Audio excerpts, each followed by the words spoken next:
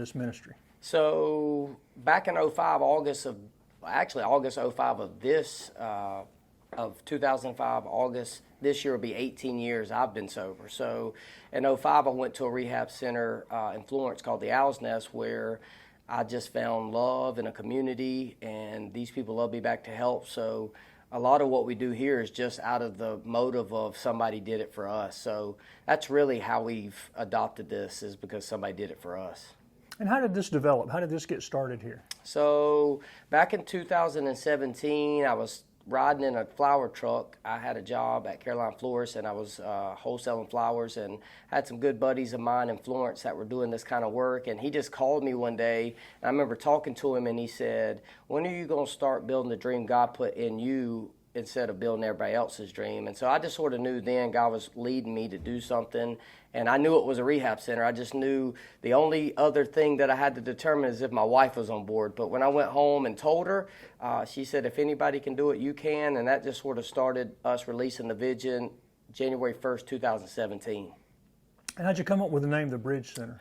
It's funny, actually, my sister-in-law, we were sitting around the table on a Sunday night eating, and she just made a statement, "What about the Bridge Center?" And to be honest, at that moment, I was like, "No, that's not it."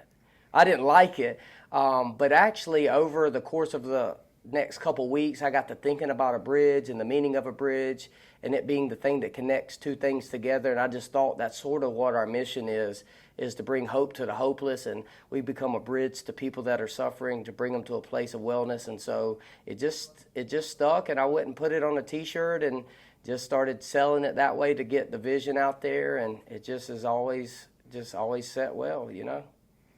For people who don't know much about what you do, just kind of walk me through what y'all do here at the Bridge Center. Okay, yes, sir. So we're a 4-month inpatient rehabilitation center for men who struggle with addiction. The source of treatment that we use is the 12 Steps of Alcoholics Anonymous.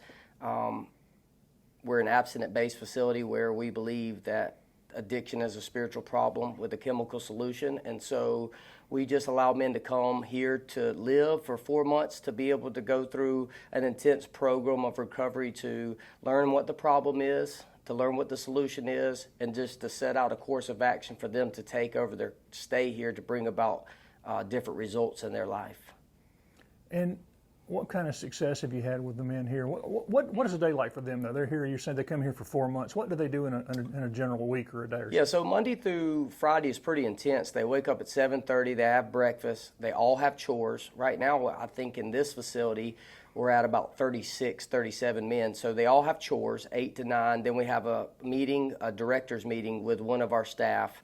They'll go to outside AA meetings 10 and 12 o'clock in the morning, because we like to get them plugged in support groups so that when they leave, they'll have somewhere that they can plug into. 12 to 2, or actually 1 to 2 is another staff-led meeting. 2 to 4 is free time, and then they have a senior-led meeting at 4:30. They have supper at 6. They come back in for a 7 o'clock alumni meeting, and then they have retirement at night at 8, and then lights are out at 10, and that's every Monday through Friday.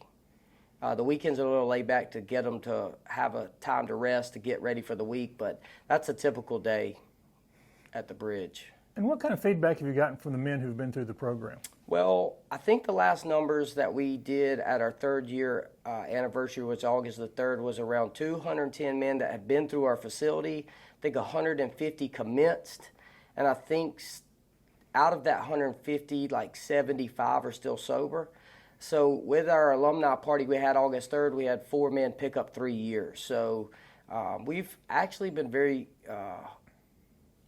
reluctant. We've been pretty successful. And the nature of what we do, sometimes it's hit or miss, or sometimes it can be a revolving door, but God's been pretty good to us. And we've just had a lot of guys that have got well that come back, and they help these new guys. And I think that's the response that we always look for, is just a man taking up his mat and walking, and then in return wanting to do that with a nonprofit motive for the next man. That's sort of how we do what we do. As other people get bought into the vision, and they come and they do it unselfishly. And I was going to ask you that, how connected are y'all to other community agencies that are working in the same sort of thing? So I said this the other day, like sometimes in vision there are people that are the heart and lungs, or there are people that are the hair, And I often say that CJ and I are like hair. And if you ever see CJ, if he takes his hat off, you can realize you can live without that. But what I've noticed in what we do and how effective we're doing it is for the hearts and lungs, which is people that'll never be in front of a camera. You'll never know that they donated their money or their time or their prayer. And so the reason why these men get such an opportunity is because we've locked arms with places like Hope Missions, but Lot Project, and just other places that's come in, free clinic that's allowed them to get things we can't give them.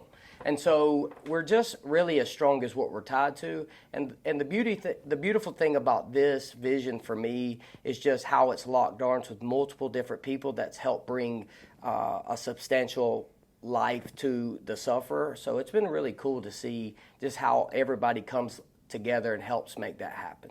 And y'all are supported by the community, right? So believe it or not, I would say in the 5 years, going on 6 years we've been doing this, every bit of money we've raised has come from the community. Now, we have gotten a grant here and there, but majority of our support, if I looked at it, would be from people who have been affected by addiction, maybe their kids, and they just have a passion to see people recover, and they've just stepped in a big way and just really shown their love and their time and support, and we would never have been able to do it without that generosity. Well, County Council just passed a thing providing some scholarships. How important is that kind of help? So I said this the other day, obviously an addict's life prior to getting into recovery isn't a very glamorous one. And I got to thinking about if anybody is surprised that I'm doing this, it's me. And so when I looked at my phone and I had a message from Rusty Burns, and I thought to myself, Rusty's calling me, I thought then, like, God is really doing something because he's pricking other people's heart to come and get involved in the need in our community to meet it. And there's nothing better than voices that can be a voice for people that don't have one. And so them getting involved to do what we do brings a different dynamic because they also have the potential to help us with the physical need, which would be bringing a detox back to Anderson to help people detox from drug and alcohol. So I think it's just very important that they get involved because I believe addiction is a community problem. And when you see your leaders of the community being aware of what you're doing and need, it's just so helpful to know that you have that support. And in the time you've been involved in this, have you seen the needs growing? Is the problem growing in the community? Yes, sir. I think it's one of those things I said when I started, I'd like to see this business go out of business. But the reality of it is it seems addiction always gets worse. And so I don't know that there'll ever not be a need for it. Our hope is one day we can close down because there's no more addicts to help. But at this rate, I would say that it is getting worse and the need becomes greater, and you never have enough beds. You never have enough space to be able to facilitate people. You never even always have enough help. So they're problems. They're not bad problems, but as time goes, we find that we're continuing having to expand to be able to help the amount of people that need it. And do you have a waiting list? We do. We do. And I know you remember this, but there was a time when, like you said, there was a detox facility here and people would get 6 weeks or at least 28 days, and now it's pretty much in the inpatient and med for 3 to 7 days and you're out or something? Yeah, well, and for them to keep you 3 or 7 days is a miracle. A lot of times I've seen them just release them. But I can tell you that Wellspring and Williamson, I went 3 times. The third time, I actually decided I needed treatment and wanted to actually listen to somebody. But I can tell you that it saved my life. Had I went to treatment detoxing from heroin and opiates like I was, I don't know that I would have had the chance I was afforded by having detox. So I am a firm believer that detox is not the biggest part, but it's a vital part of bringing healing to the person. And so I think it's desperately needed in our community. I would like to see, because for a while it came back to the hospital. It was on the 3rd floor. I don't know what happened, but, I think that plays a vital role in helping bring health to these people. So I would love to see that be something we could facilitate in the future. And what would you tell the guys that come in and they're just not sure they can do this, that they can make it? Well, I did not think I could make it too. But alcohol and drugs are a great persuader. And so the biggest thing that I would tell them is that if you have a want to do it, that's the most miraculous thing there is, because there's many a times I went in detox or these places and just didn't have the want to, and I would leave early, wouldn't be told nothing. But the last time I went, I still was angry, I still was heartbroken, I still had no hope. But for the first time in my life, I wanted to change. And so if you got the want to change, that's a gift. And I would say that you are well on your way to experience a life that you probably never could imagine. And how can the community help you guys do what you do here? Well, a big thing that we ask the community to do is pray. But we also ask that if you have time and talent to give towards helping these men, whether it's dentistry, whether it's, physicianal health, that's a big role in some of these guys coming out, to contact us and let us know that you would be willing to give your services to bring quality of life to these men. And it don't have to just be big dominant gifts. I mean, even if you're just willing to come maybe serve at one of our fundraisers or just give your time to be present to help us to be the hands and feet would be wonderful. But prayer is a big one for us, that we just ask that you pray for us and pray for our leaders. Because I think that's sometimes the strength that CJ and I have on a daily basis. We don't know where we're getting it from, but we believe people are praying for us. And what's your vision for the future here at the Bridge? Well, we, at this point, are busting out the seams, and we're looking to expand. And I think we're looking to potentially build a facility right here right across here, we have a big open 7-acre field that we're looking to potentially maybe make into either a sanctuary and put men in our sanctuary, or we just open it up as a newcomers facility so that we could take at least 50 more men. And where's the best place for people to find out information about what the Bridge Center does? So you can go to www.tbcr.org, which is our website, and any updated information, anything we have going on will all be put on there. Ways you can give, upcoming fundraisers, testimonials of people that's coming out. We sell merchandise. We usually always have a hat or a shirt or things we sell, because all that goes back to a scholarship that helps fund men through the facility. And so tbcr.org would be the greatest resource that you could have if you wanted to know what we were doing.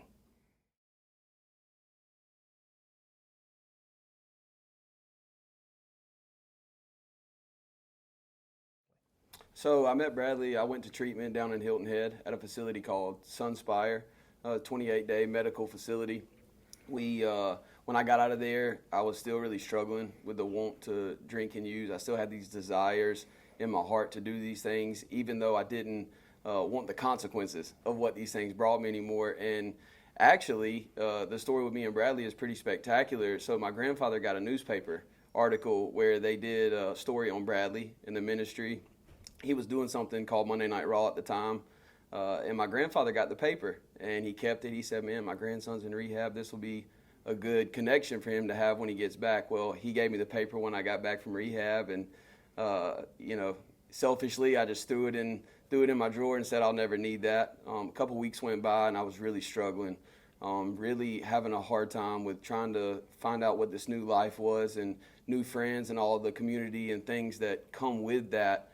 And finally, I got to a breaking point one night, and I finally reached out to him on Facebook, and I said, man, I need your help. And that day, he messaged me back, and he said, man, show up to church. And I said, man, I don't want to go to church.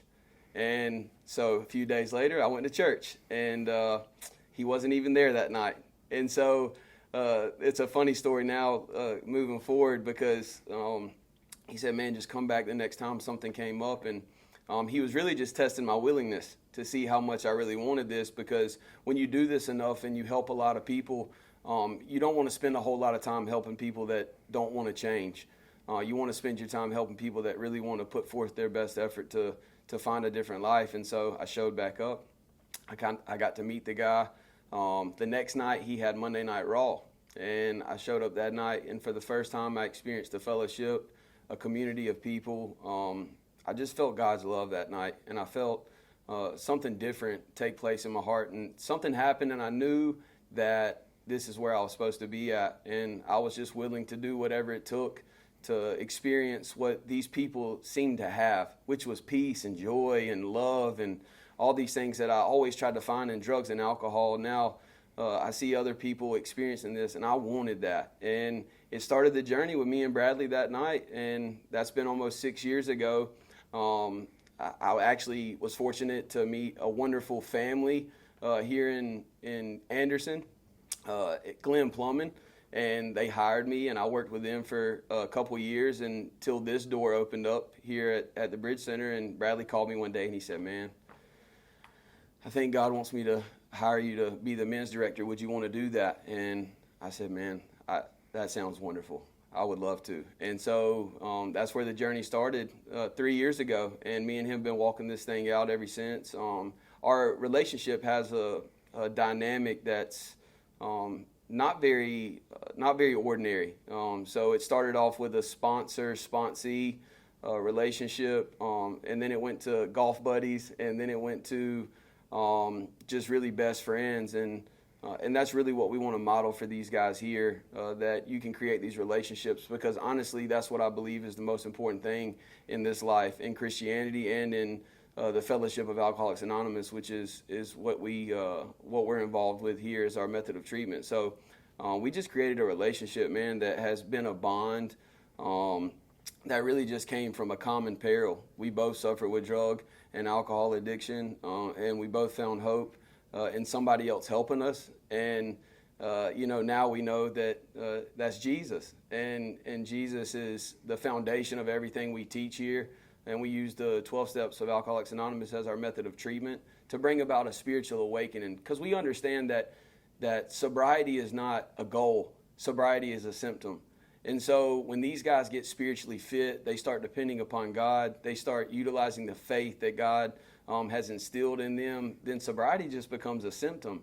And so what we teach here is 12 principles or 12 steps that allow them to stay spiritually fit as they continue to grow in understanding and effectiveness of what it is to walk with God, and what is their relationship with me and God, and what is their relationship with myself. And really just start to honor that, and start to honor the gift that God's given them, which is the breath in their lungs, And so mine and Bradley's relationship started how we want every relationship here to start, which is one man helping another man. And from that time, man, I just really felt like, so I got a tattoo. And this might be a little off subject, but I got a tattoo when I was real young, and I didn't know why I got it. And it was John 15:13, which is, "Greater love hath no man than this, than he would lay down his life for his friends." And man, I really got to experience that.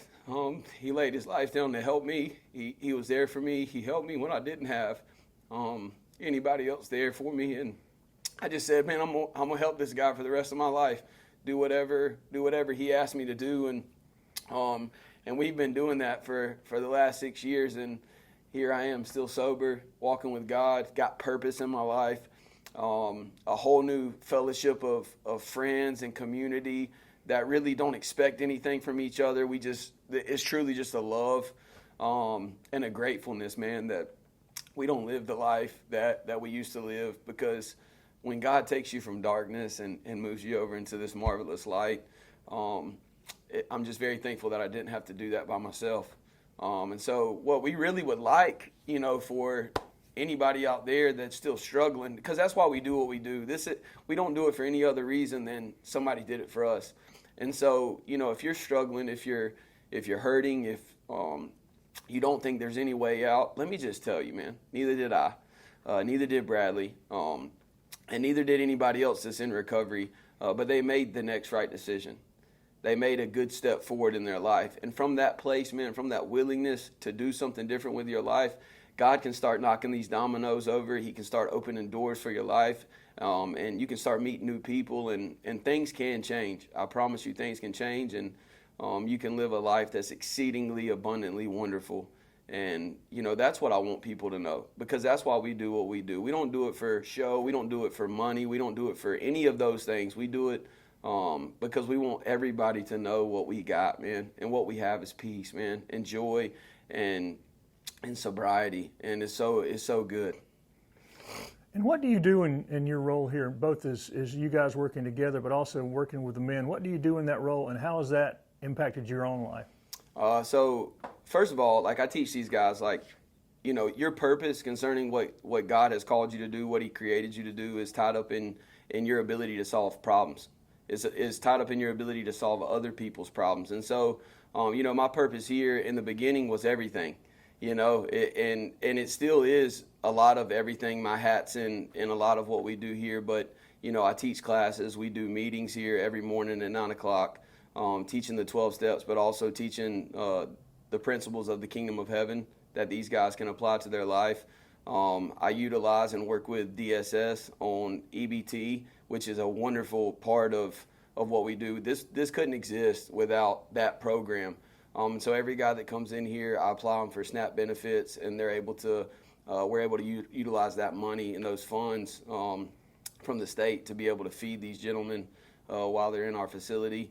And there's a lot of things I do: exit strategies, management of transitional guys, because it's not just the 24 residents that we have in here at any given time. We also have equally 24 transition guys.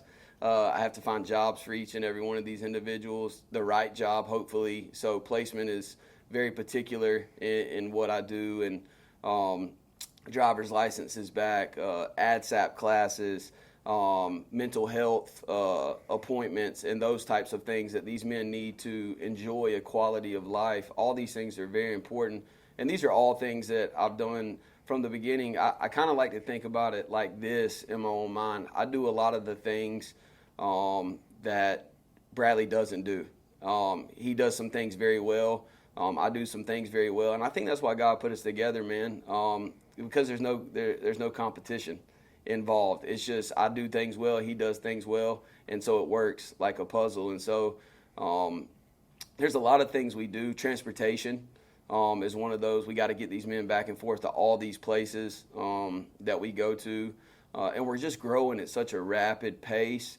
And God's blessed this thing. Right now I have 16 guys on a waiting list with really no time frame of when they might come in, because when you have a long program like we do, being 4 months, when an individual comes in, the way that I do our applications and our intake, I try to filter and make sure we get the right guys in here. So with that being the case, I don't have a lot of turnover. I don't have a lot of guys come in and leave.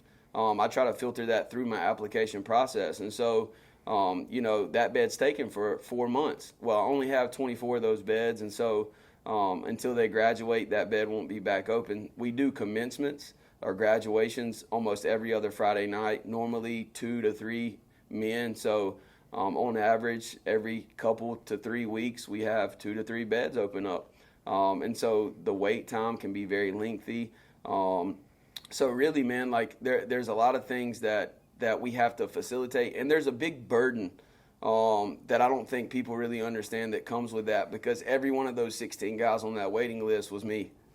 Every one of those guys was a family member. Every one of those guys was a brother that still is suffering, and we just want to help them, and we just want to be able to help them and pull them in when they call. And so it's kind of different when you do what we do on a rehabilitation scale, because I changed from one man helping another, and it's the same idea here, but now being in leadership roles and having a facility where men come in, it makes it very difficult, because now a lot of times you have to take the wisdom that you've learned through the experiences and hope that God can direct these men that aren't here yet to potentially another place, or hopefully keep them alive, honestly, long enough for them to actually make it into our doors. So really, I'm just super excited about what the future holds.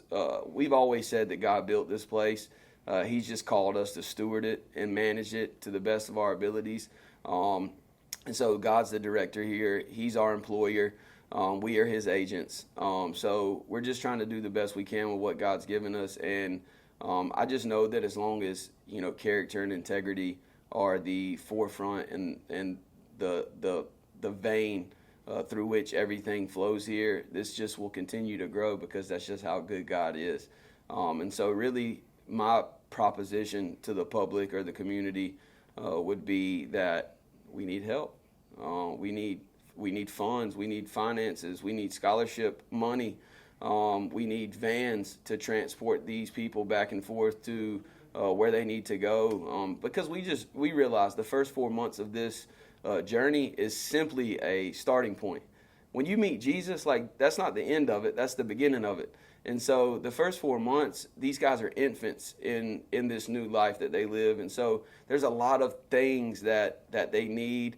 And honestly, I'm not afraid to say it, a lot of times that's money. Like, we need money to help these men do and get where God's trying to take them to. So, if God has pricked your heart, if God has laid addiction and alcoholism at your feet, or affected you in somehow in your own life, even if you don't struggle with it, just know that we're trying to do the best we can here at the Bridge Center to help bring some healing and some restoration to these men that God's put in our care. And if your family member or your son or your husband, grandfather, whatever it is struggling with drugs and alcohol, I feel sure that we could help that man.